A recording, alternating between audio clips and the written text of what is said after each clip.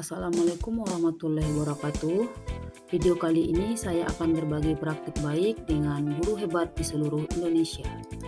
Terlebih dahulu, perkenalkan, nama saya Darmila Fira. Saya berasal dari SD Negeri 04 Langung Sayo, Kabupaten Pasaman. Praktik baik saya yaitu menganalisis CP, menyusun TP, dan ATP. Tahukah kamu apa yang dimaksud dengan CP, TP, dan ATP? Sesuai dengan keputusan Kepala Badan Standar Kurikulum dan Asesmen Pendidikan, Kementerian Pendidikan, Kebudayaan, Riset dan Teknologi nomor 008-H-KR-2022 tentang capaian pembelajaran.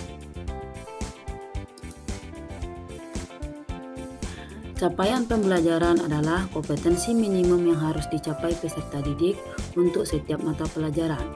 Strategi yang semakin dikuatkan untuk mencapai tujuan tersebut adalah dengan mengurangi cakupan materi dan perubahan tata cara penyusunan capaian yang menekankan pada fleksibilitas dalam pembelajaran.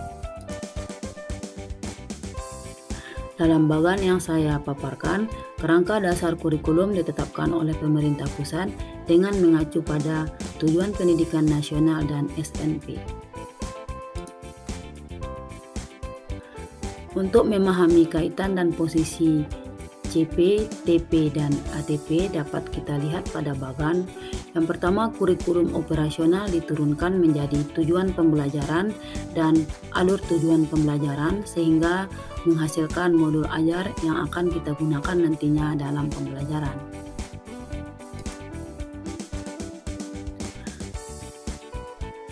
Capaian pembelajaran dan strategi mencapai capaian pembelajaran terdapat proses perencanaan yang difokuskan pada dua hal, yaitu pengajaran dan asesmen untuk membangun pemahaman dan kemampuan. Kemudian merancang kurikulum terbalik dengan mulai dari tujuan akhirnya terlebih dahulu.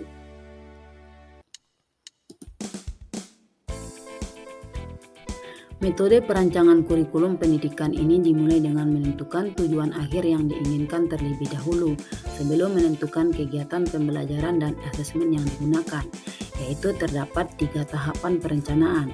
Yang pertama, identifikasi hasil yang diinginkan. Yang kedua, menentukan bukti-bukti yang dapat diterima. Dan yang ketiga, merencanakan pengalaman belajar instruksi.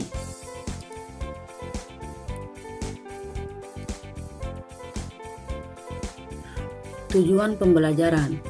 Kompetensi yaitu kemampuan yang mencakup sikap, pengetahuan, dan keterampilan yang dapat didemonstrasikan peserta didik, sedangkan konten adalah ilmu pengetahuan inti atau konsep utama. Kriteria alur tujuan pembelajaran. Pertama, menggambarkan urutan pengembangan kompetensi yang harus dikuasai. Yang kedua, ATP dalam satu fase. ATP menggambarkan cakupan dan tahapan pembelajaran yang linear. Dan yang ketiga, ATP keseluruhan fase menggambarkan cakupan dan tahapan pembelajaran antar fase. Merumuskan TP dan ATP dari kalimat CP. Rumusan TP mengacu pada kompetensi dan konten pada CP. Rumusan kalimat TP dapat mengambil referensi dari berbagai sumber dan identifikasi dimensi profil pelajar Pancasila yang dapat terkait dengan kompetensi yang ingin dicapai. Apakah sekolah dapat membuat CP sendiri? Jawabannya tidak.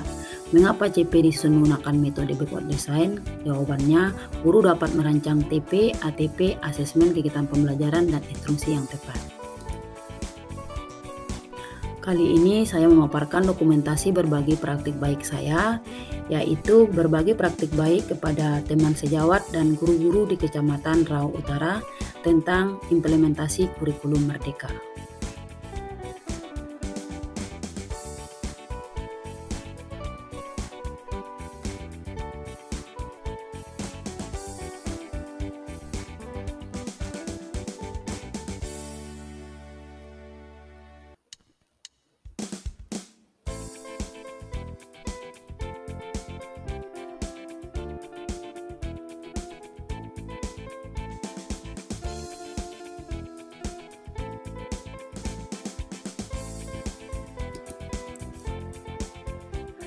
Terima kasih sudah menonton.